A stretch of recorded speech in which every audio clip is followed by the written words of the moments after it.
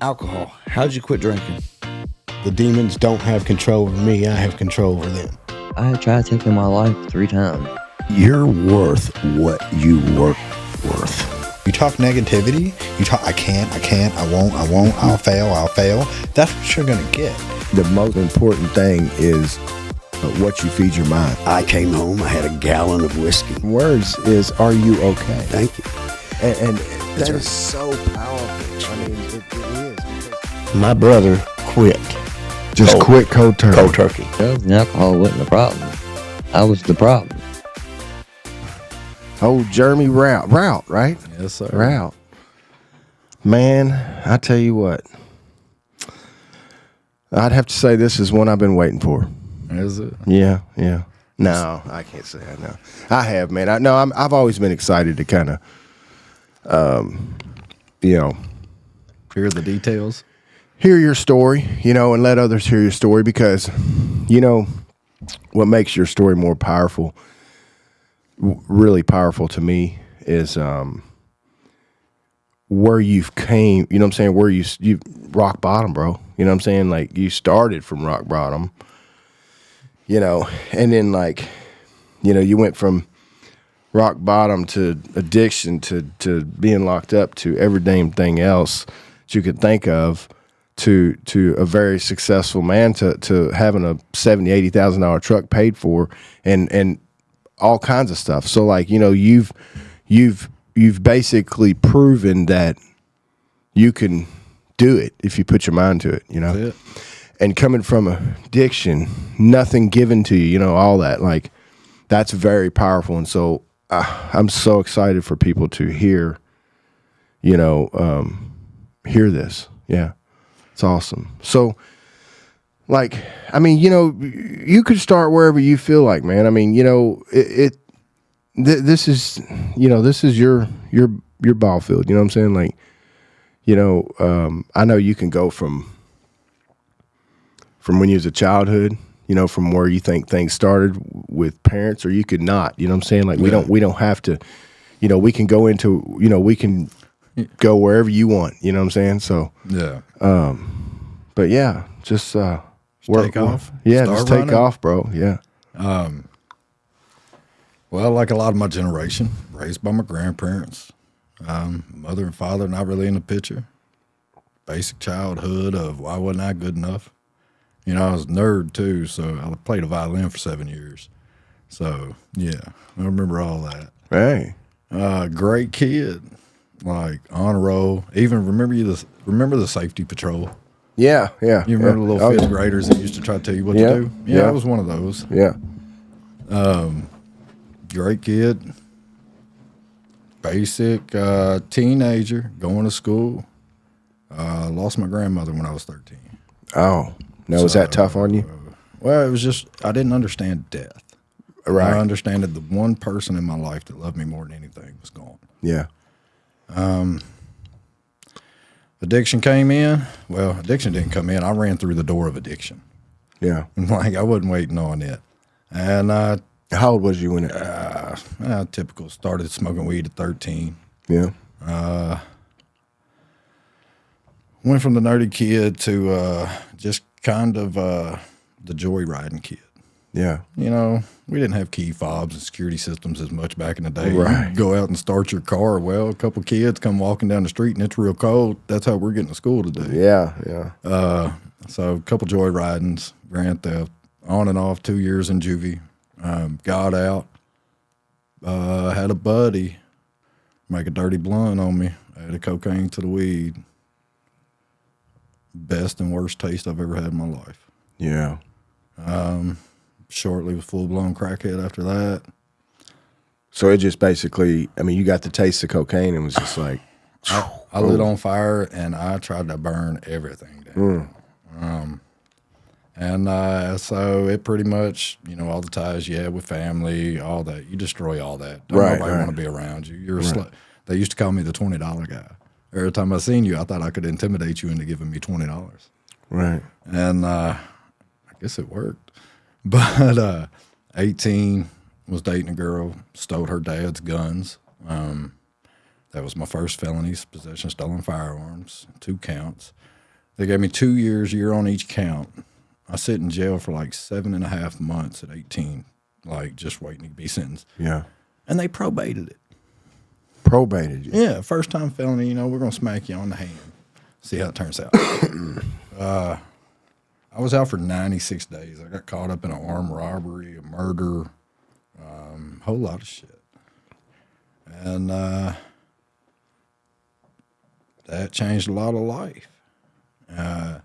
Flash forward 10 years after I got out of prison. When you say you got caught up, though, like you say you got caught up in flash, like murder and all that stuff, I mean, is that... All right, so woke up, cracked out.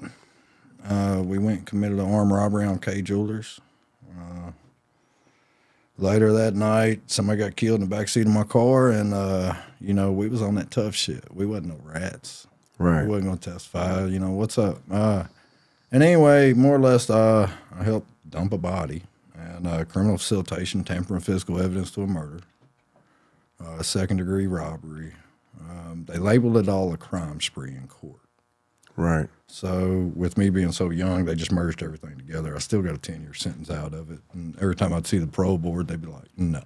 Right. This is your parole by only having a 10-year sentence. But that was state prison time.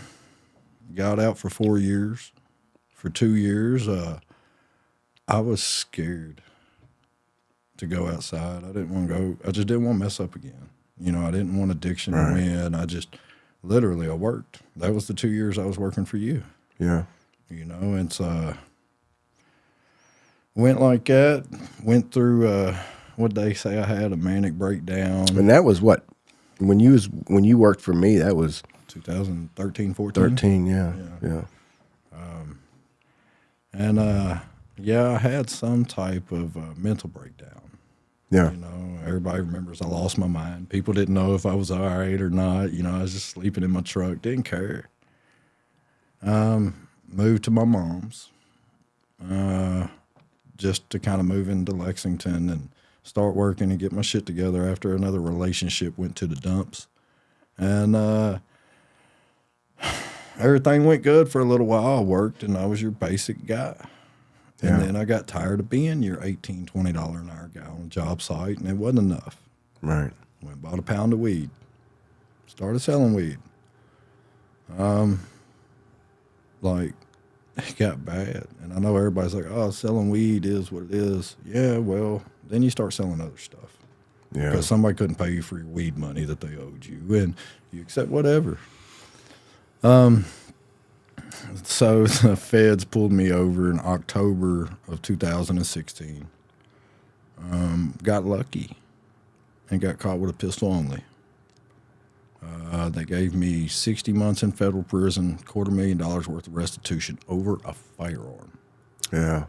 Everybody knew I was selling drugs. They just never. They just wanted you. They wanted me off the streets. Yeah. I used to tell everybody, when you go to state prison, it's because you screwed up.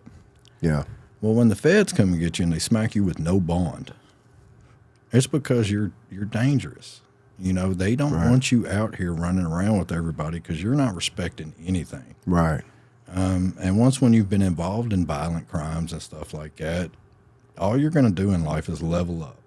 Yeah, yeah. So it's just because they only caught me with a pistol, they didn't catch me with drugs, anything like that, still prosecuted the shit out of me. Took my 60 months, went to federal prison.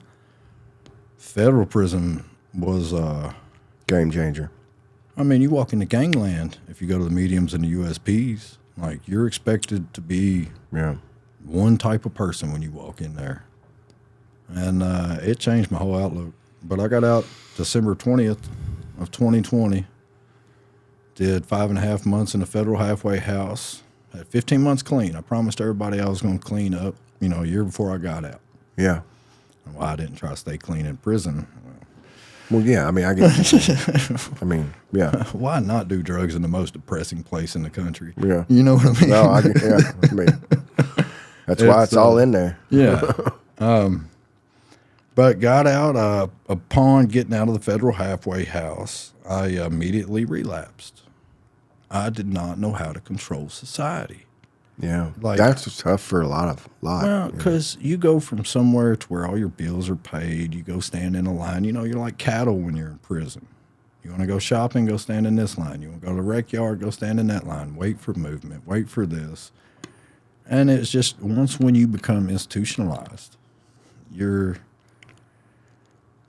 rational thinking, all the thought processes you do on the street, you have so many decisions to make out here. If you drive, if you work, if everything in there, you really don't.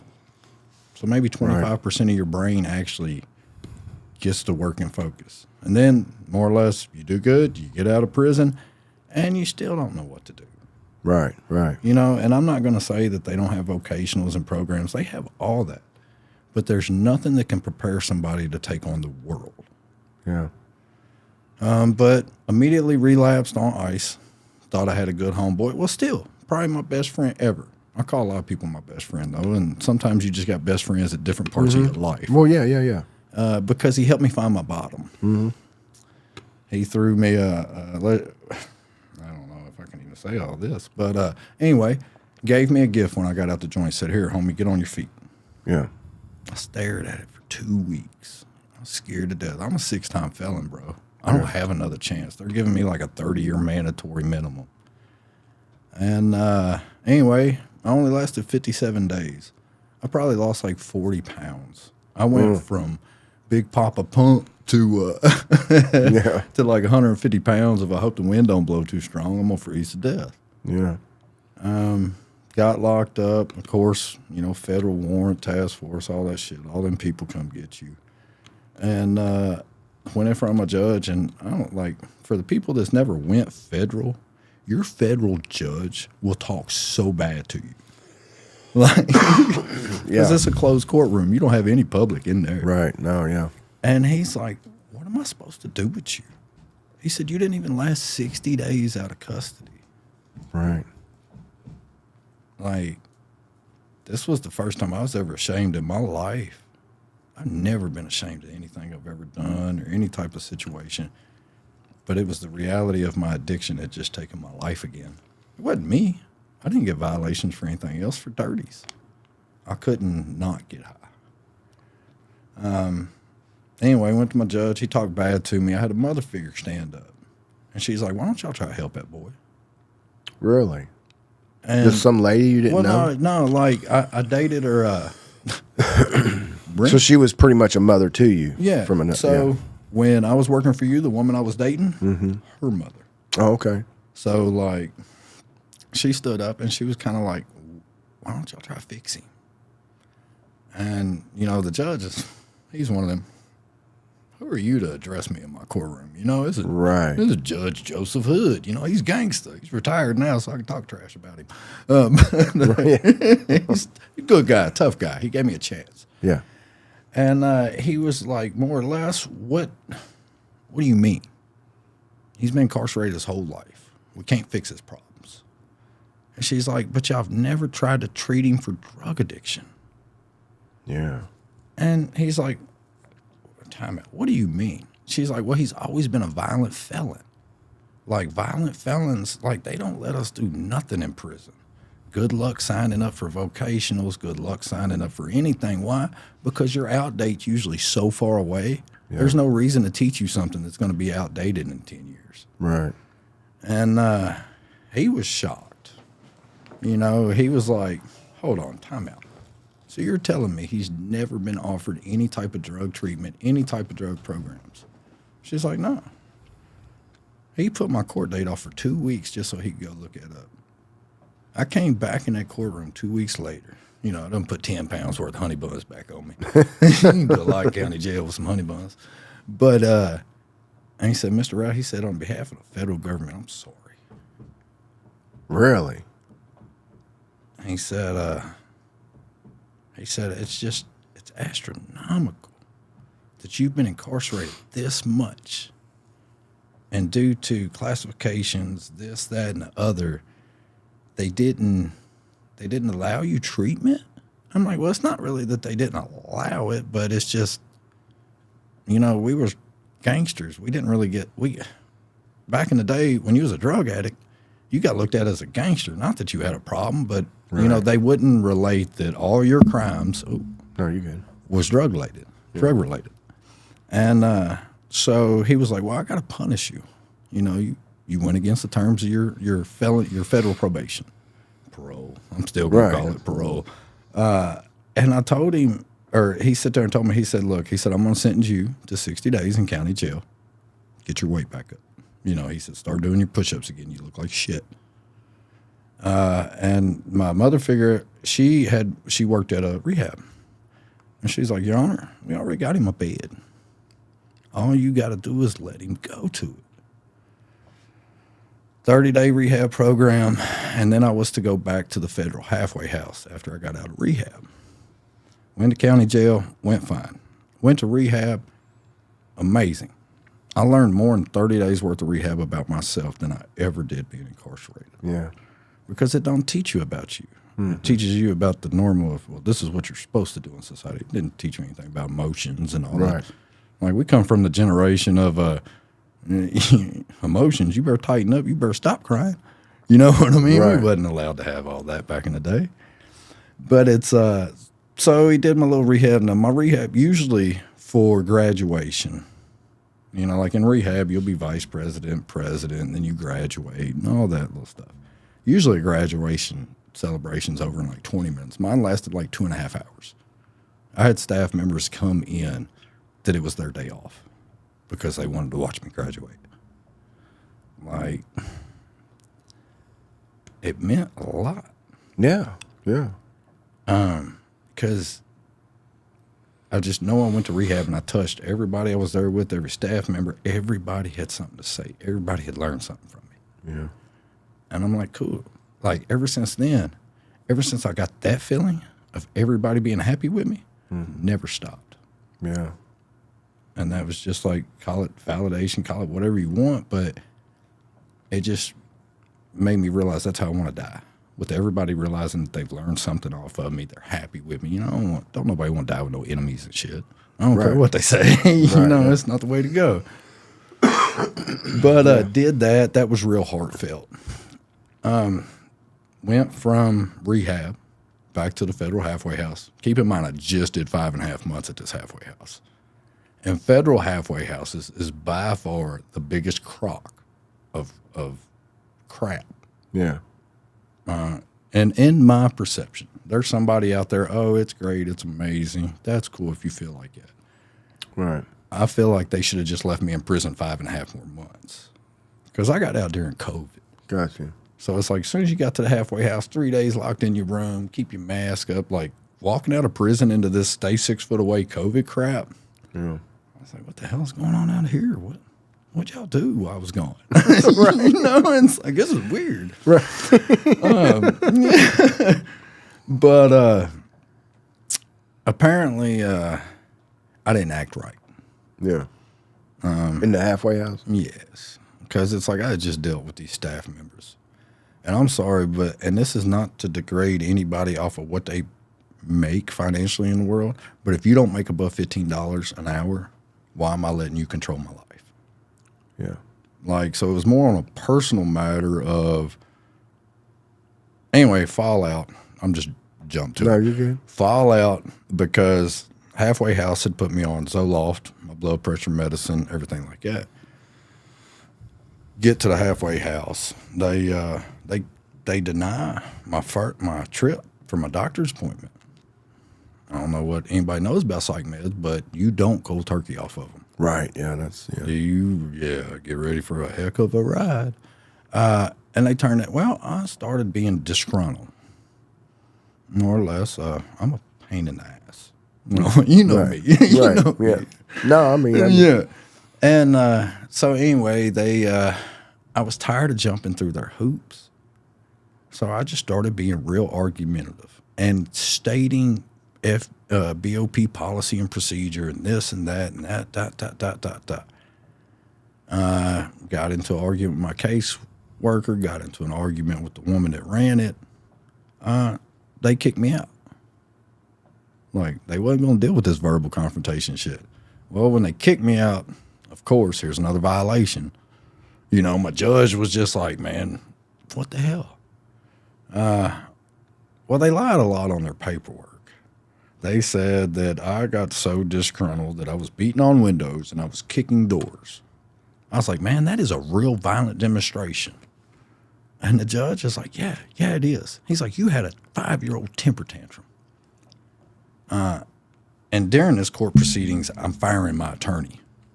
If you go to the feds, they're going to appoint you some expensive dollar attorney. Yeah. You know, you don't have to pay for an attorney. You get a great attorney in the feds. And he kept telling me to be quiet. And I was like, I'm sorry, man, but can't nobody represent me like me. I love me some me. Nobody can fight harder for me than me. And I just asked the judge, I said, can I fire him? I was like, I'm not paying him, but y'all are like, I don't need him here for this. And my attorney looked at me. He was like, good luck. And he walked away. So here I am on the podium, you know, don't know nothing. And he starts asking me about that. I was like, but Your Honor, I said, I don't remember it going like that. And he was like, well, regardless what you remember, multiple staff members wrote very similar reports of the incident. I was like, okay. He's like, I've got no option but to throw you back in prison. You just don't know how to act. Yeah. I was like, it's a federal halfway house. I was like, they've got cameras inside, right? And he was like, well, I would assume I haven't, you know, been there. Like, this is a whole conversation of me and him. My PO stands up. He's like, yeah, they've got cameras all over it. I was like, Your Honor, can you see those cameras and show me where I beat on anything? Right. He's like, so you're telling me that this whole report is a lie? I said, no, I'm not saying the whole report's a lie. I said, but as far as me being a violent demonstration, I said, that's bullshit. Like, it just is. And put the court date off right. He let me walk out of the courthouse because I was on my own little release. My sponsor went with me. Everybody went with me. I never heard of that violation again. Really? Yeah. So I kind of felt good for all the federal inmates that went to dismiss charity and get lost because somebody lied on their paperwork. But ever since then, man, I had a friend put me in business. He loaned me $3,500 for a work van, Lowe's credit card. I was a janitor at Fayette Mall, making $380 a week when I first got out. $300 a week? $380, yeah, for 40 hours as a janitor, Fayette Mall food court, cleaning up everything that's bad. And he was like, why are you doing that? He was like, man, you know so much construction. I said, man, because addiction is in construction. Need some water? No, I'm all right for now. But I was like, yeah, man, I said, I'm in early recovery, man. I can't be around people getting high, stuff like that. Right. I was like, I don't know how I'm going to react to it. And he's like, well, what if you start your own LLC? I looked over my shoulder. I was like, where do you see the overhead or the knowledge to do that? I said, I don't know the first thing about any of that. He said, don't worry, I'll help you. About 2 days later, I'm in business. And I have not stopped working until like August of this year. So he basically just gave you the opportunity? He was that one friend that we always hope is there. Yeah. When we need some money, he happened to have money. And had enough faith in me because I'd done work around his house. And it's like, he knew I grew up in construction. I just didn't want anything to do with the addiction in construction. Like, good luck going on job sites and finding a whole bunch of sober people. You know, that work is terrible. Right. Yeah. But, I started out in a 2000 Chevy work van, like 50,000 miles on it. And since you brought up my truck earlier, I now drive a 2020 Ram 4500. Right, yeah, that's what, you know. And you know, I mean, I brought that up because, you know, to me that's the big, when you can come from what you come from, you know what I'm saying, and look and go and just, you know, anytime that you think about, you know, where your life has been, right. You know, you can walk outside and you know you're walking up to that truck going, you know, I mean, just something like that, you know, helps. You know, it's something that you accomplish. Maybe not necessarily your truck. I mean, when I say your truck, I say everything with your truck because your truck technically is probably worth about 150, 200 grand because with the tools, you know, like, cause that's my child. You've I have no created, kids. you know, you've created it, you know. It's, but that every time I look at my truck, that's my child. I have no kids. Right. And Amazon delivers to every hotel in this country. So when you travel, I've been on the road for 4 years. I'm going to make money. I'm going to customize it. But knowing that I've probably got more chicken lights, most customized, at least without, you know, a customized 4,500 truck that still pulls up on a job site every day, not riding around on some rubber bands with a North Carolina sissy squad. They wasn't doing that when you was. You got out. They do it. You got out to that. Yeah, I don't know what that is. You got out like what? I still ain't found a load that'll squat my truck, and they want to ride around looking like they're squatted. I just don't understand it. Now living in Florida, I see more of it. Yeah, it's down there. It's real big down there. And I'm an anti F-150 guy, right? I can't stand the F-150 contractor, bro. They're everywhere in Florida, man. because you don't have any hills like we do up here to climb. You know, it takes big dualies to actually pull trailers around up here. Down there, it's a different world. Yeah. But yeah, I've been in business, I guess 4 years now. Strong. Yes. Yeah. Like, came in like a wrecking ball. Yeah. Offered a service and a dependability. The dependability is the big thing nowadays because people cannot follow through what they say. If I'm, for instance, what time was we supposed to meet? 6:30? I got here at 5:30. Yeah, exactly. Literally, like, if you just show up, Yeah. if you can show up 5 minutes early, do it. Yeah. It makes a lasting impression. That's what some people, you know, that is our generation that have fallen off and got addicted or got, you know, into a slump or, you know, their life has went downhill, they hit bottom, whatever. Most, you know, our generation was raised different. So, and that's what I like to tell everyone, you know, it's like, it's not hard. No. People want to make it like it's hard, but you're coming into a world where these people don't do that. They don't show up on time. They don't do. So all you got to do is be that guy to be dependable and on time, and it's over. And I mean, game's like, over. People are, for instance, in Florida right now, if you're a contractor and you show up, you just got the job. Right. You don't have to compete. You don't have to bid work anymore because you have so many people that can't even, they just can't. Right. They don't understand the respect that comes with Yep. a schedule, with a structure. Yep. And, you know, I try to tell everybody now that don't know what's going on. I said, get in the trades. 30% of your competition is getting kicked out of the country. Right. And I mean, that's why I try to tell people, I'm like, go invest a couple years and you'll guarantee yourself 6 figures for the rest of your life. Because sooner or later, you'll be the old guy on the job site that's the superintendent or the project manager. It's just so many people are accepting careers now where finances cap out. Yep. You know, I love some people to death, but they're never going to be more than that $40,000 a year guy. Yeah. And it's just because I don't know if it's because I'm an Aries. I don't know if it's because I still live half of my life out of spite. But It's because you're Gen X, bro. well, and it's like, I'm just being real, you know what I'm saying? it's different. I've been left for dead by the world twice. Right. You know, if I would have walked out of prison to a family, to kids, I would not be where I'm at today. Yeah. I got kicked out of prison when 90% of the world didn't want to leave their house because they was scared and intimidated by what they was told. Right. You know, and I'm like, I'll go. I'll be an essential worker. Yeah. Is the bus running? If the bus is running, I'm going to make it to work. And if it's close enough, I'll just walk it. I don't care. Yeah. And I took advantage of that. Yeah. I took advantage of all these people that's like, They wouldn't do it. that just didn't want to go. I'm like, I'm sorry, but I refuse to be broke. I will go back to gangster shit in life before I'm a bum.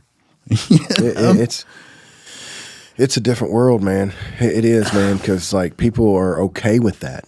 You know? And that's so. Do you remember the commercial that kind of had like the Amish folk and everything? It was about DirecTV or one of those cable deals, and it was like, well, honey, we don't have that because we're settlers.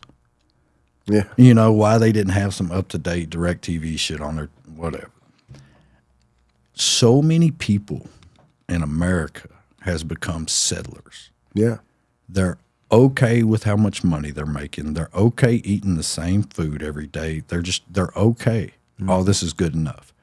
We are like the human species is the only species that doesn't wake up daily to strive to reach their full potential. yeah. Every other animal in the whole kingdom gets up to live its best life every day, not us. Yeah. And it's sad because I'm asking these people like that are still living with their parents and their grandparents, like what happens when they die? Right. Like, what are you gonna do? Right. Like, because people like it's no longer like it was to where parents are leaving properties and all this money. They're leaving debt. Yeah. You know, and it's just Yeah. I just don't understand how anybody can be okay with being broke. Because what I'm addicted to is when I pull these little credit cards out and I swipe it, that feeling, I don't have to wait to see if it's going to be accepted anymore. Yeah. And I ain't saying I'm rich, but we can go Walmart and get what we want. You know what I mean? It's like, Right. I don't have to prioritize. You know, it's like somebody told me I needed to set a budget. I'm like, what is that? Right. I'm like, Well, and honestly, yeah. I mean, to some people, setting a budget would be something someone needs to do. But for you, you live on the road. yeah, You don't have, no. you know, I have tax write-offs. yeah. You got almost your whole life is tax write-offs. That's it. Stay out of Kentucky. Yeah. The second I come home and see everybody I love, it costs me money. Yeah. And it's just like everything I like, Milwaukee, Cummins, anything I like and would spend money on in life is a tax write-off. Right. Right. Like my social security number went to an EIN number. Right. You know, I'm not worried about having all the big stuff because like I can't rely on people. I can't sit here and bid a $300,000 furniture package job and I don't know if I'm going to have 4 guys show up to help me do it. Yeah. So I'm okay just being a little solo guy anymore. I don't want that. And so how like, just so the people can know, you know, like how is I mean, because in my eyes, I see that's, and I don't mean this in any way in your direction, but like, is that that's pretty easy to get involved in what you do. If you don't have any kids, I mean, they're needing, like, I mean, that's the work is like, there's just more than what people can handle, right? Well, and it's, I mean, I'm just trying to like, because you got people out there that's like struggling, don't know what to do with their life.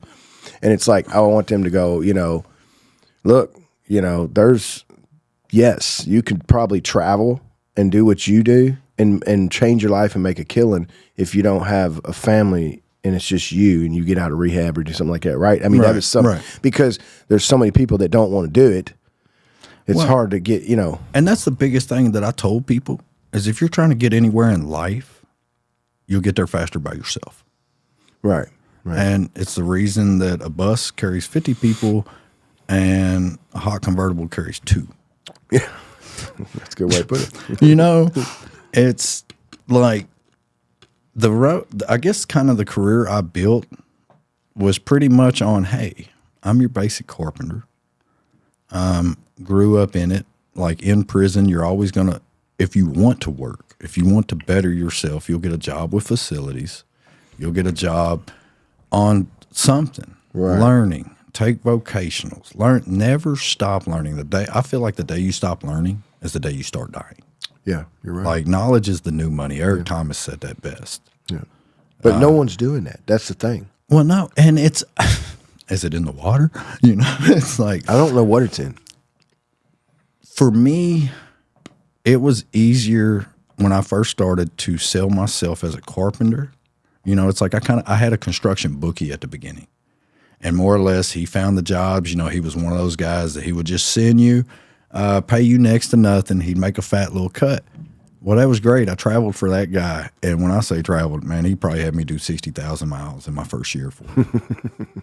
Put you to the test. Bro, I'd be in St. Louis for a couple of days, and I'm in Atlanta, and then I've got to bounce up to Indianapolis, and like, boom, boom, boom, in my old, what I call my shit show Chevy, you know? And it's, which was good, though. Because even though I worked a lot more than I got paid right there for that guy, it put me out there meeting all the people that he worked for. Right. And when they got used to seeing my face, my van, now my truck, when they start seeing, it was like, don't worry about it. Jeremy's here. Yep. And because they knew anything that they threw at me, as long as it wasn't electrical or HVAC, Right. I got you. Right. And then, like, I might have accidentally been dropping business cards around job sites. Ain't nothing wrong with that. It's part of the game. You know, and look, I still respect the guy I started with. But when I realized how much money he made off of a couple jobs that I did because I got cool with the people on the next level above him, and I told him, I said, man, I was like, I've been working for $25 an hour forever. I'm driving all over this country for you, man. I said, you're reimbursing gas and giving me $25 an hour and putting me in like the biggest crackhead hotel I've ever seen. And I just asked for 40. And he said I wasn't worth it. That's where that spike came in. All right. You tell me I ain't worth it. I love when people tell me I can't do something or I ain't worth it. And so I left him.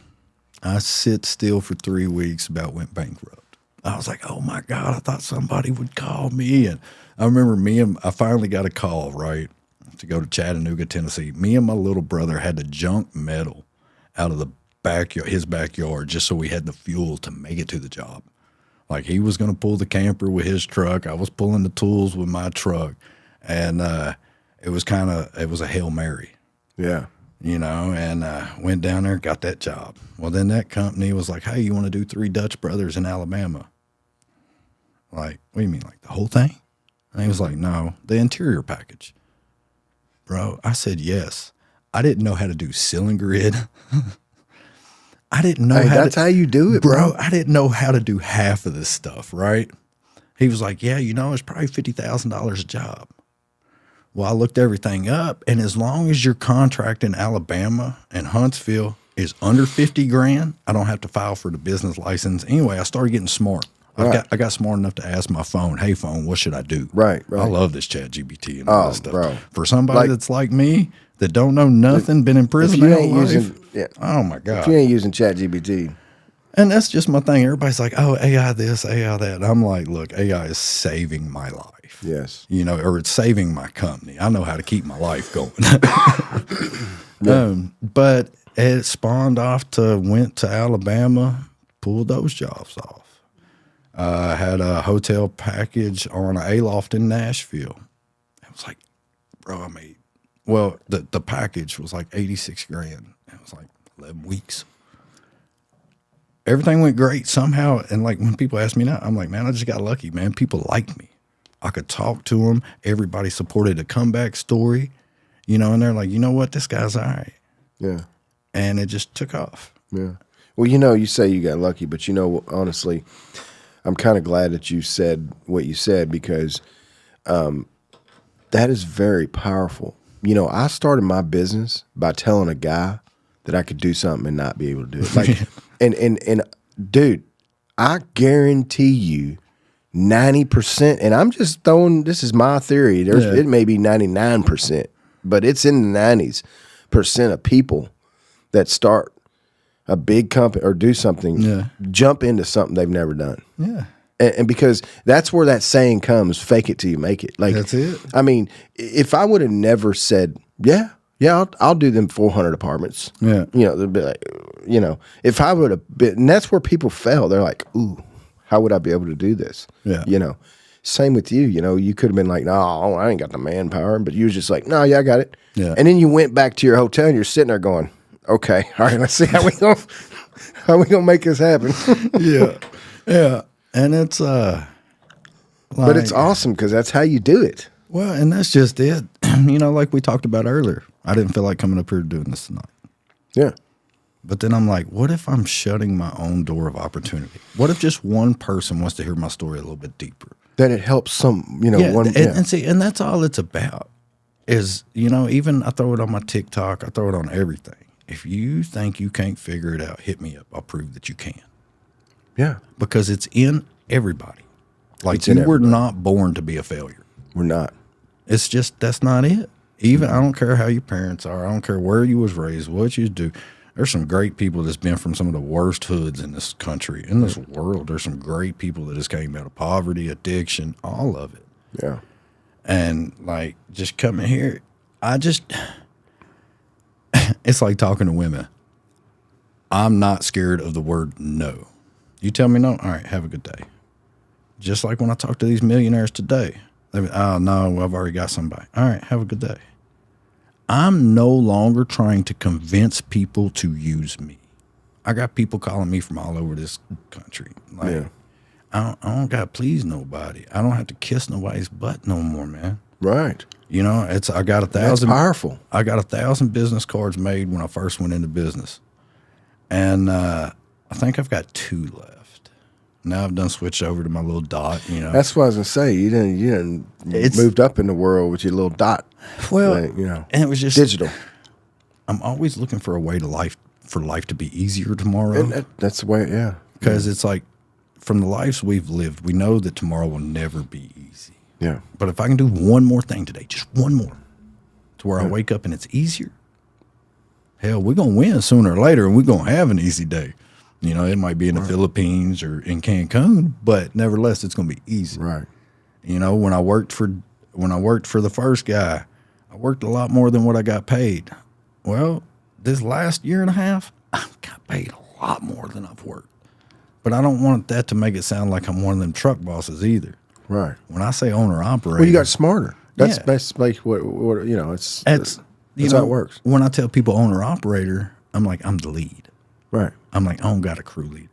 I'm the guy that throws on the drywall stilts. I'm the first guy setting a ladder, grabbing big ladders off the truck. Right. Like, if you can outwork me, out hustle me on the job site, you'd be a rich man. But not a lot of people can. But now I've done. Oh, I know how you work. Yeah, it's just go. It's on or off. And it's either we're going to get done today and get paid tonight, or we're going to get done by lunch and get paid this afternoon. I knew when I hired you, back in 13. Yeah. That's why we connected so good. Yeah. Because, and it, man, I was so sad for you when you went off on your little, Yeah. But all that aside, man, I just seen so much potential in you, and I think that's why, other people has helped you too in other ways, because they see that potential. You're a good guy, and that's hard to come by either way, regardless. But not only that, you just had that drive, man. And you're the guy that you're the type. It's not made for everyone. Right. We can sit here and say, hey, you can do it. But believe it or not, it took me a while to realize that just not anyone can do this. And I used to not think I was special. But really, honestly, bro, as much as we hate to say it, we are special. Well, to an extent. no. But it's hard for me to think that because we think it's so easy. We're like, oh, bro, just do this. Figure it out. Yeah. And then someone else is like, what? Yeah. Like, can't even open a bucket of paint. Like, but it's, I mean, I get it, because that's the only way. I literally told one of my buddies the other night, I said, man, it's not their fault that they wasn't born like this. Yeah. I was like, I've done a lot of studies on PTSD and just so many things that affect the brain over the years in different ways and this and that. And I was like, when you have lived in such a high state of anxiety, when you've lived in stressful area for years, Right. You pay attention to everything. Even I remember when I first got out on resume, bro, I've studied human behavior for 15 years. It sounds good. I didn't want to tell them, I've been in a joint 15 years, like trying not to get gutted. Yeah. But it's like, and well, now, man, you don't even have to. I was talking to my brother the other day, and I said, it's so crazy because with this ChatGPT, like you can literally do whatever you want. You could know nothing about computers and go get a computer job. Mm-hmm. You can write your resume. Mm-hmm. ChatGPT could do every bit of this for you. Okay, you can get into the office, know nothing, sit down. Your boss goes, "Hey, this computer's doing this, and this, and this. What we need to do is we need, and you're okay. I got you. Yeah, and literally take a picture, talk to your ChatGPT, go back to your boss, say, yeah, okay, you got something else for me? No, that's done. Yeah, and know nothing, bro. What? Nothing. That's what gets me about, like, I don't want to hear no one say that you know what I'm saying? Like, with the technology in our hands right now, anyone can do anything. That's what I try to tell people. The biggest problem, or I at least see the biggest problem, is so many people have limitations installed in them, either from the way they was raised or whatever it is. There's just a lot of people out there that don't realize what they're capable of. Yeah. It's because they've been told this. They've been told that. Yes. There's a lot of emotional damage. Like, brainwash. It's, you don't, I don't know. It's like the art of deception. Yeah. It's, I personally don't understand what's going to happen to the blue collar community in 20 years. Oh man, I've done told everybody pretty much. I'm like, your $100,000 remodel right now in 5 years is probably going to cost about $325. Yeah, and everybody's like, how? I was like, well, if you've only got so many contractors, and you don't really have those shoes getting filled, for the ones of us that are in shape, we can speak English and send you all of our, workman's comp and general liability. We're going to get to charge what we want. And it's not to be petty, but we know one thing we're always going to have, and that's going to be rich folk. Yeah. There's always going to be a new restaurant. There's always going to be a new hotel. There's always going to be a remodel. Always. Until Wild West days come back. You know what I mean? Until the Wi-Fi cuts off. But it's like, I don't know. I can't explain. Yeah. And I've tried. I've thought about it a whole lot. I've got a family member. I'm not going to put him on blast just because he's probably looking at this. Good. But I don't understand his perception of life. Like, literally, he can stay so glued to his computer playing a game to where his personal hygiene is pitiful. Right. And I'm a hard head. I'm not allowed to scold him. You know what I mean? I go too far. Like, I don't understand how so much technology has came in so fast and changed everything so much. Yeah. Well, these kids are getting brainwashed to things. They're just, and they wasn't raised like us. So it's like if you really want to be real, they're being allowed to do it. You know, they're being enabled. Right. That's the biggest word. That's the big. Yeah, that's the big. Because back in our day, we wasn't. Even when computers came out, I was out of the house by the time we did internet. Internet was anything like that. I wasn't even staying with my.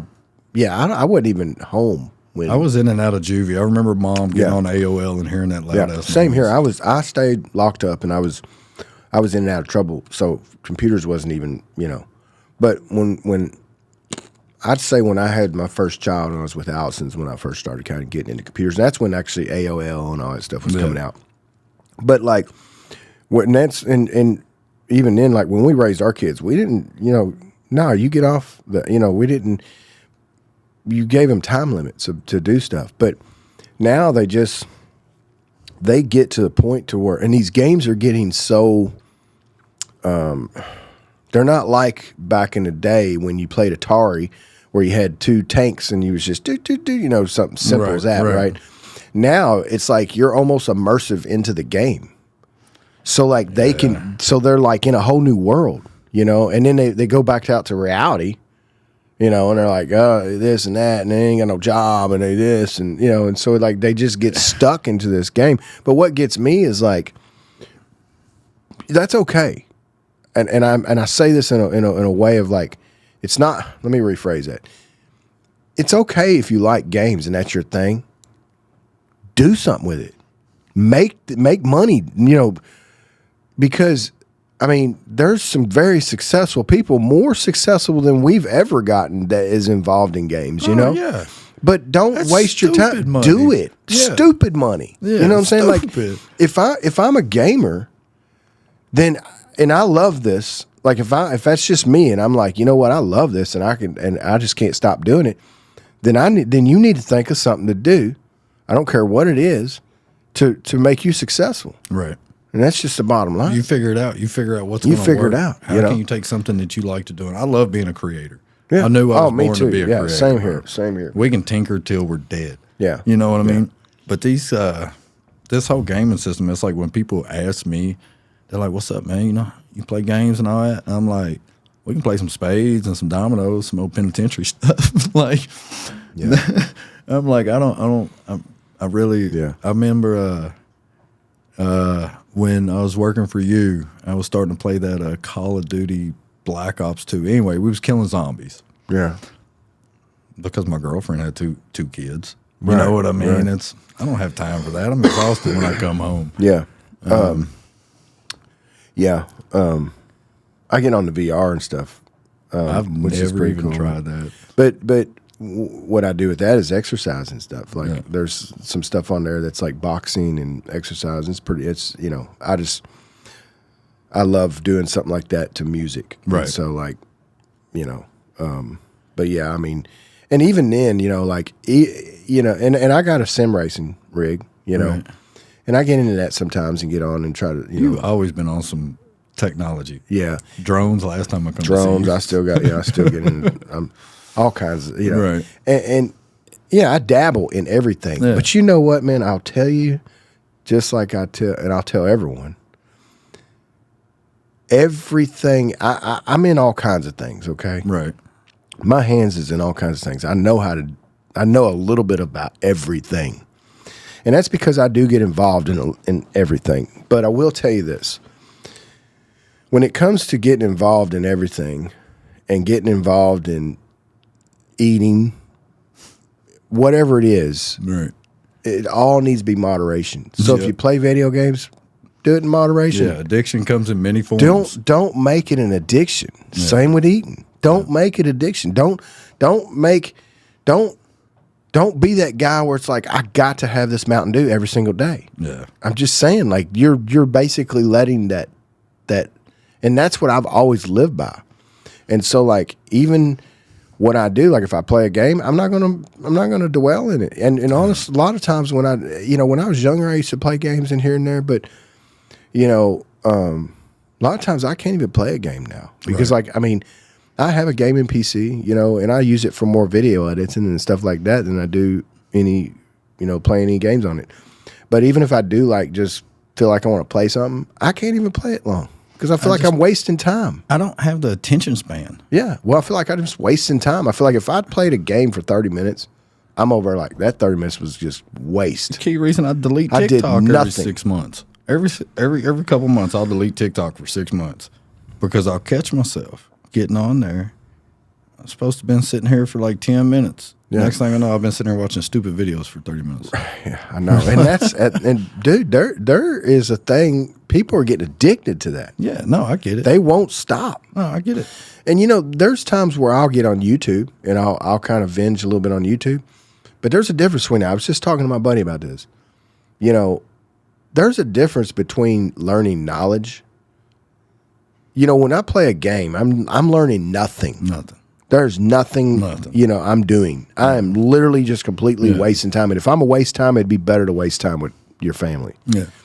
But like when it comes to like if I'm watching a YouTube video and I'm learning something, Anything. watching a documentary or something, that's fuel to my mind. So like, I don't feel like there's nothing wrong with that. You know, you can, like I said, again, moderation. You can do too much of anything. Oh yeah. And so like, that's just what I say to anyone, you know, is just moderation. That should be in your head. Just everything to do with life, period. Moderation. Don't dwell on anything. Just like you said, you see yourself getting on TikTok. What do? You stop. Yeah. Moderation. Yeah. That's okay. Yeah. Because we're going to get off on a little, you know, something real quick. And we're like, you know. We're control freaks though, me and you. Yeah. We have a lot more control over just our own personal shit than a lot of people. A lot of people just have no control. No control. No. But I don't know. I don't understand where that comes from. I always blame the parents. Yeah. Well, my kids, the crazy thing is my kids is that way. They don't have control, man.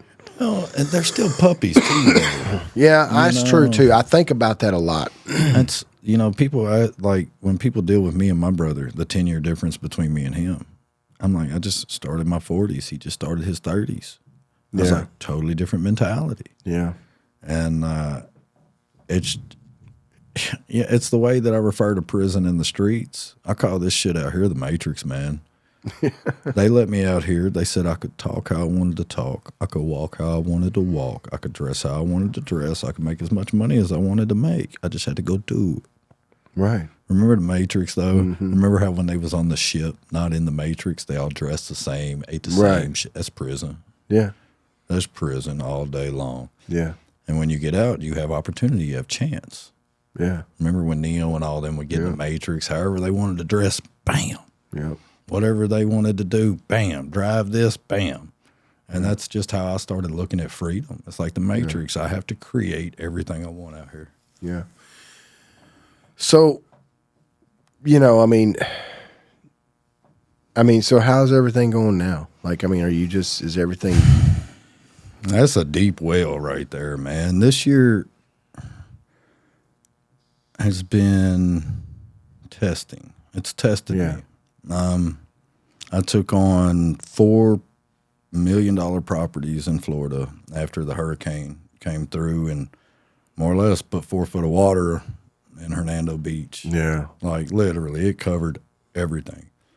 Focused, I did 4 remodels down there in 10 months. Full blown balls to the wall. Oh, yeah. There was times I was meeting drywallers at 9:30 on night because they worked during the night. And not only am I like this project manager, superintendent, subcontractor, trying to have my own personal life. Like I went to Florida single with nothing, and now it's like I got a house, I got a girlfriend, I got a dog. Right. Like somehow I just got like I sit still long enough to actually start enjoying life. But I decided to take really my first vacation this year. And you know how we are. Like, even if it's a day off, there's a lot to do. Yeah. But that helped you a lot, I know. And I'm still on the fence. With the vacation? Yep. Because, like, we traveled for 5 weeks. We went from Florida, seeing friends all the way up to Wisconsin. That's what started the vacation. My girlfriend, I asked her what she wanted for her birthday. And she was like, I would just like to go to Wisconsin and see family. She hadn't been home in a couple of years. I was like, all right. Of course, she thought we would fly and it'd be just a simple little week. Nope. I turned the front half of my box trailer into a little cabin and I hooked it to my dually. And I was like, all right, babe, we're going to take a road trip. Yeah. And 5,800 miles, 5 weeks. Went to Wisconsin, came down, seen friends in Indiana, Ohio, Kentucky, bounced through West Virginia, went to Virginia, hung out on the Shenandoah, came back to Virginia Beach, and just like we seen a whole lot of great towns. We was having yard sales before vacation because I said, babe, if we ain't got 10 grand cash, I said, we ain't going. Yeah. And like, I might be doing all right, but you know, like I told you, I've been focused on paying everything off. So I'm still living, you know, nickel a dime, but now it's like, breathe. Right. I ain't got to work, so I don't have a $2,500 truck payment this month. And, you know, it was a lot. But somehow throughout, I can't tell you whose house it happened at. or if it happened when I had to learn to replace my trailer on the side of the rear axle on my trailer on the side of the interstate. But something happened, and I learned to take a day off, and I learned to relax. Yeah. And now I don't want to go back to work. And it's like I have been working.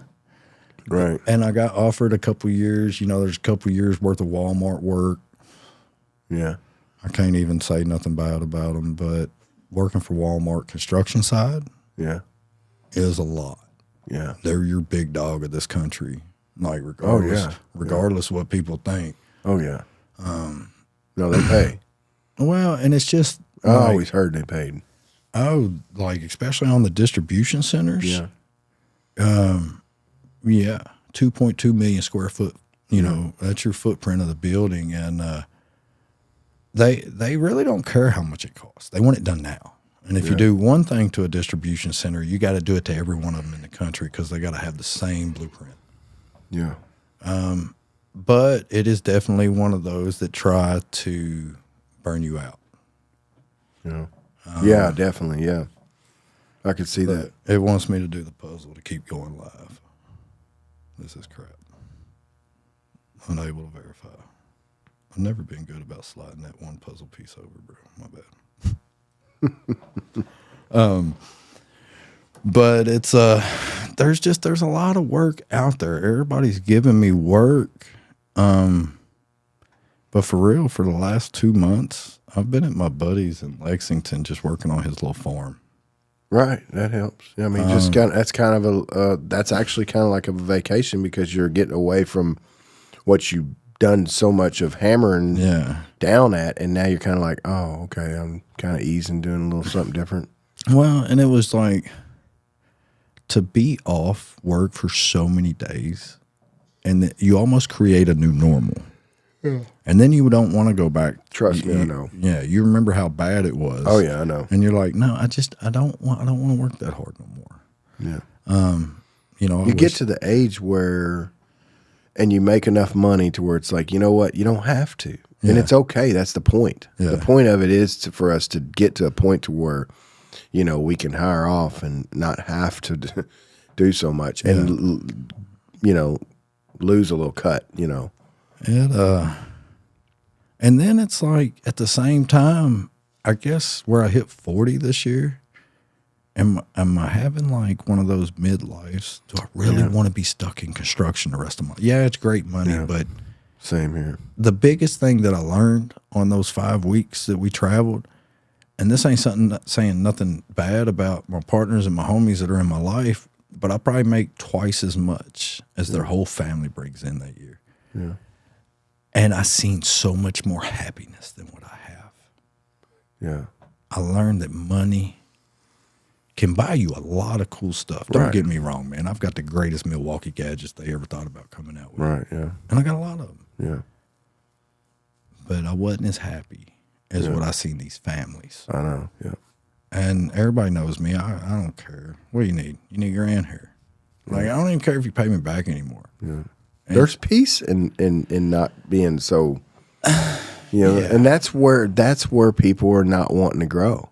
They're not wanting to get out of that, I don't think a lot of people actually, I don't think a lot of people have ever been taught to grow. Yeah. Like the key things that I complain about being left out of our school system, we should have been taught how to handle taxes and finances and banking and I don't understand that. Yeah. That's one thing I've never understood why we're not taught that. But I think I remember a little bit when I was in school, they did. But I think they went over like how to balance a checkbook. Right. Something simple like that. Yeah. Yeah. And I can't like, I don't know. I just feel like a lot of people, and it sounds so derogatory when I say it, but I feel like so many people were born just to be fillers. Yeah. Like, and it's not saying nothing about, but it's just like. It's true though. When you go where I've traveled so much, I can tell you what states have lower IQs. Right. We have to have them people. Like, and that's the thing. Like, you got to have someone that's going to work at McDonald's. Yeah. I mean, if you don't have no one that's going to work at McDonald's, then we don't have a McDonald's. And like But it's nothing wrong with the fact that some people can do that. You know, some people are okay with their life with that. Like you just said, some people, they're happier because it's simpler. You know, they don't and that's like when people talk about the being in company, being in business, they're like, oh, it must be nice. I said, sure is. I just turned everybody into a boss. Instead of dealing with one supervisor, one person ahead of me, now everybody I meet is a potential boss. And they'll be like, oh, potential client. I'm like, no, they're your boss. Yeah. Exactly. I'm like, and it's just. My mom said something to me years and years ago. You know, she's like, do you feel like you kind of get, you're trapped? And I was just like, or you feel like you get to where you get trapped? And I'm like, see some of your water. And I'm like, yeah. I'm like, you can't even take time off. Why? Because you got other families that's going to fail if you do. Well, you get to a point to where when you start working for yourself, you start a business, you grow, you get to a point to where now you're trapped. You can't get out. No. Because you couldn't picture yourself working for someone, actually going to a company and it's just so you're trapped. You're always gonna, and so that's, now you're just in that fight. You know what I'm saying? So even if you did go down a little bit, you're just going, well, I gotta get back up, Well, and then, between workman's comp, general liability, and this and that, the commercial policy on my truck, if anybody ever pays attention to this, there's a big difference between a 3500 and a 4500. Yeah. A 3500 can stay on your personal policy. When you go to that 10 lug axle, when you get up to 20,000 pounds, now you got to have a commercial policy. Oh. So, and it's just like then when you go above 26,000 pounds, you better get ready to deal with some DOT. Yeah. And it's just like, you got, like. What would you really want a 40? I mean, what could you use a 4500 for, really? What do you want to use it for? Whatever. No, I know. Looks like it's straight out of the Mad But Max I mean, video. I'm just asking a guy that pulls a pretty big trailer daily anyways. So, like, would a 4500 really do you any more justice? Just curious. Only, like, I fell into this truck, bro. Let me give you a quick rundown of my truck. Like, when people see my truck, they're like, oh, it must have cost him a lot. I totaled my work van out in Des Moines, Iowa, January of 23. Yeah. Totaled it out on the interstate. A person. That's probably the nicest thing. Tell us about that. Like, what happened there? Just go into that a little bit. Keep in mind, Des Moines, Iowa, a guy from Louisville is driving one of those big Sprinter vans, big dually, right? Illegal U-turn in the median on the interstate. Well, when one of those big Sprinter vans is turned sideways, you really don't see no lights. I'm in the fast lane because I'm letting a semi-truck get on the interstate. As soon as we top the hill, I see his ass end sticking out into the drive lane like 2 foot. Oh. It's over. It's over. I hit him, spun him around. Like, I couldn't take the slow lane. I got a semi-truck there. He's letting on his air horn because I'm trying to get as close as I can. Right. I'm trying to thread this needle. I clipped him, more or less broke my ball joint, sent my van going off the interstate, threw my cat in the floor. I was more worried about my cat than I was the guy. I'm like, dumbass, that's why we don't do illegal U-turns in the middle of the interstate. Right. Anyway, a guy from Louisville, me being from Lexington, our big in-state rivalry, and he gets out and asks me if I'm all right. Bro, you just totaled my only work van, and I'm hours away from home. It took my uncle 12 hours to pull a trailer up there and come get me. That's crazy. And so you didn't have to go to the hospital or anything, right? I should have. Yeah. I should try to get some more money out of them people. If you ever get in a car wreck and you just know it ain't your fault, you better go to the hospital. Pee on yourself, scratch your face, all that stuff. Get as much money as you can to start over. I've heard that. It's just, but Progressive handled me. It took a while. I got a little bit of money. But where it was such an old van, they didn't care about all the stuff I had to replace on it. Right. They didn't care about that $6,300 the first year. But so got my van, all my tools and everything back to Kentucky. more or less, I did not know what I was going to do in life. As far as I knew. At this point, you were like, I was bankrupt. We're living on the road. I hadn't made a whole lot of money. Of course, we're going to buy whatever tool we want, but just didn't have no money saved up for this.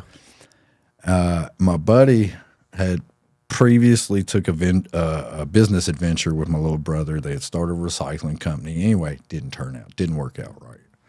So now here they are stuck with a 2020 Ram 4500 with, I think it had like 87,000 miles when I took it over. And he was like, well, here, man, you can just rent my truck. I was like, well, the truck ain't going to do me nothing. He was like, man, go to Richmond and get you a box trailer.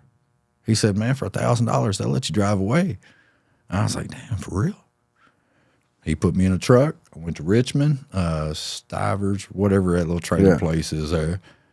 $900 out the door in a 20-foot box trailer. Cool. Let's throw the tools in this thing. Let's get back to work. yeah. The next month, my buddy was like, man, you just want to buy the dually. I'm like, man, how much money you owe on this thing, man? It's a big, bad truck, I was Right. cool renting it for a couple months just to where, Right. to where I could go getting something else. He said, no, just take over the payment. He said, I owe like 65 on it. I think I paid 102. Yeah. Payment was like $12.75 a month. But where I was doing so good, I was getting to double down on my payment every month. Right. Hurry up and get Get it done. scared of getting hurt. Yeah. I'm scared to get hurt and then I lose everything. Right. I think that's really why I've relaxed so I've done the much this same year. thing, man. I've done the same. And like he let me take it over. My first commercial policy, they didn't use lube. It was a lot of insurance, bro. And plus here I am. I've never drove a dually. I didn't know nothing about this shit. I used to drive a work truck or something every now and then, just growing up Right. around my family, but nothing like this. Next thing I know, man, it's just my trailer. I got no kids, so my truck and my trailer turned into my kids. Right. And now here we are, like probably 15 gallons of Rhino liner and 150 chicken lights later. Yeah. I got an air horn, big train horn. Yeah. But, You just got that. yeah. So I lucked into a vehicle, bro. Yeah. Because the guy that had loaned me the money to get me started, it was his truck. And I just, like for the van and all that, I paid him back every penny the second I got it. Yeah. I didn't care if I was broke. I wanted that guy, that one person that had faith in me, to get all his back. Right. And so For I the paid, van. yeah. So I paid him back. And, if I do you good once, more than likely I'm going to do you good again. Yeah. So he put me in the truck. And, I paid the truck off in April. It was my 40th birthday. I paid like the last $3,300 on it. And I'm like, That was a relief. yeah, I love that truck, bro, but I don't think I spent that much money when I was in addiction. Yeah. Like, my cocaine problem never cost me as much as this truck has. Right. 176,000 miles. I'm on second engine, second tranny, second turbo. Cummins crazy. did not know what they was doing on this one. But warranty was just over 2 weeks ago. Yeah, So but you pull a trailer 24/7. But my trailers ain't big. I got a 20-foot gooseneck and a 20-foot box. Like, nothing I ever pulls above 10,000 pounds. That truck says it can pull like 35, 40,000 at interstate speeds. Right. So why does it keep breaking when I'm pulling some petty shit? You know what I mean? I just got a lemon, but it's part of it. It's part of it. Yeah. Now I don't drive it as much because I don't have that dealership warranty. Oh, yeah. Yeah, it's over with. Damn. Yeah. I go find me a little F-150 now. Right. I can't afford all this dually action, man. It's expensive. Right. But yeah, I lucked into it, man. That's why I say the last 5 years of my life, it's been a lot of luck. Yeah. Yes, I've worked hard for it, and I have created a great ripple. I mean, you say luck, but if you got to work hard for what you've got. You do. I mean, if you create your own luck. Someone could say, "Hey, here's a little bit, here's a little bump," blah blah. Yeah. Get going, but if you're not, there's so many people you could do that to, and they would not do it. Oh yeah. It's just so it takes hard work to me. So I mean, don't sell yourself short by saying it was luck, because well, I don't like if there for a while I called it prayers. Yeah. I said all them prayers people said for me for all them years finally come true. Right. And then I listened to a motivational speaker that said, do you think God's going to give you your blessings when you ain't ready for them? Right. That hit me kind of tough. Yeah. Because I've always been the why me? You know, I had that little poor me shit. Right. But now it's like, when I look back on it all, like, you told me I just turned 40 this year. I lived this long? Right. Like, what? Like, how did this happen? I should have died like 20 times by now. Right. There's a purpose, bro. Well, and that's where I finally got in life. Yeah. I have lived through just a lot. Like everybody else, we've all lived our own versions of hell. Oh, yeah, yeah. But I'll be damned I've lived through this much to not show out with it. Right. You know, it's like I'm here for a real reason. I might still be going through the spiritual journey in life trying to figure out what my true purpose is. Right. I just know if I keep waking up trying to make tomorrow easier, I'll be all right. Yeah. As long as I keep focusing on a ripple effect. I look at everybody's life like your energy, like you have a ripple effect. If you do nothing good but put out positive ripples, when that ripple hits something and comes back, it can't be anything but positive. Yeah. Don't do no bullshit. Yeah. Yeah. Like, and for some people, I literally don't think some people can go through life without just lying on a humble. Like, they don't even realize they're lying half the time. Yeah. You just look at people and you'll tell that they're so full of it. Yeah. That you're like, man, you've lied to yourself for that long that you don't even know how to tell the truth. It's crazy. But I don't know, this new world that I'm in, because I felt like I've been living on Mars forever. You can be anything you want out here. If you want to make $1 million a year, you can go make it. Yeah. It's there to be made because not everybody's getting in line for it because it ain't easy. Right. You know, it's It is, but it ain't, you know? I mean, it's not. It takes hard work to do it, but bro, a lot of people can't even stay awake 12 hours a day. right, yeah.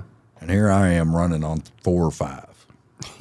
Talking about Starbucky in my cuppies. Same here. How many shots of espresso can we handle today?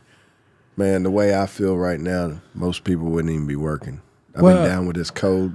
Yeah. I've been, it doesn't hit us. I don't get sick, but it's hit me, the last few days, and it's like, most people, nowadays would be like, oh yeah, I can't do it, man. I don't feel good, I grind, man. I can't help it. Well, and that's just it. Some of us, the amount of heart that we put in every day is just different. It's why I tell a lot of people, I'm like, look, man, we're just on different levels. Right. It's not that I don't, I tell a lot of people that, I'm like, it's not that I don't like you or don't want to be around you, but you're just either so many levels above me. I'm not there yet. I can't even focus on this conversation because you're so far ahead of me.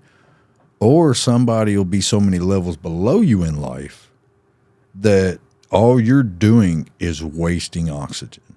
They're not even going to comprehend. I don't care how. Me and a friend just had an episode of dealing with his brother like that. Like, I'm in recovery. This dude had the disrespect in him to pull out cocaine out of his pocket and thought he could do a bump in front of me in my trailer. I had a whole moment. Like, this was like, Right. Like, I'm so glad my old lady was in Florida because she would have beat the hell out of this guy. Yeah. Like, she got But that's the irate. strength that people got to And it's just people got to get to, you got to get to the point of remembering your failures and accepting your past to know what's good for you and what's bad for you. Like, I no longer, as out of everything I've sit here and talked about, nothing in my past is bad. Yeah. I don't look at anything as being bad anymore. I look at it as it's experience that I had to pay dearly for to keep me out of future situations like that. Yeah. And it's just, I don't know, half of this world they can't even pay attention in a conversation. Yeah. They squirrel out so bad because it's such, I don't know. Yeah. I That gets into a whole nother thing. Yeah, I'm an alien, bro. I'm just here for a little bit of time. Like, Whenever my people are ready to come back and pick me up. Sure. Now, people, you say that, man. People start believing it. What? Well, You're an alien. Well, no, and I started telling people that. And I know. I'm just messing with you. Well, no, because I like messing with people. Yeah, I like yeah. I like experimenting. How ignorant? How much will they actually believe? Right. Yeah. Exactly. And then when I start telling people, I'm like, no, man, you don't even understand.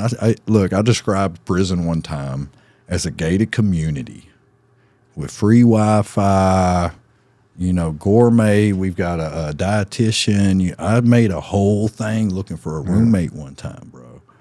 And it made it sound like this was some 5-star Marriott-backed shit. And then I'm like, all you got to do is go commit a felony. Right. I'm like, free lodging, free food, free all this, just looking for a roommate for a good time. Right. And I was ready to try to get that published in newspapers just to mess with people. Yeah. But this out here is, you can be a good person, you can be a bad person. Yeah. It's up to you. It's a story of two wolves. Depends on which one you're going to feed. Right. There you go. Well, Jeremy, I guess we're going to cut it off there, man. I mean, it was really nice having you on the show. And actually, you're always welcome. We're going to do this again. Every time I come to Kentucky. Like, okay, mental health, men's mental health. Has anybody asked you if you're okay? No. I went to jail for the first time when I was 10. And ask yourself, okay. yeah, are you okay? Ask yourself, are you one. okay? You got to be careful because that snake will get you. First band I was in, I was 16 years old. It's a lot of heartbreak, Yes. a lot of misdirection. Right. Drug use gets worse, gets better, gets worse, gets better, gets way worse. My brother quit Just quit cold turkey. cold turkey. Drugs and alcohol wasn't a problem. I was the problem.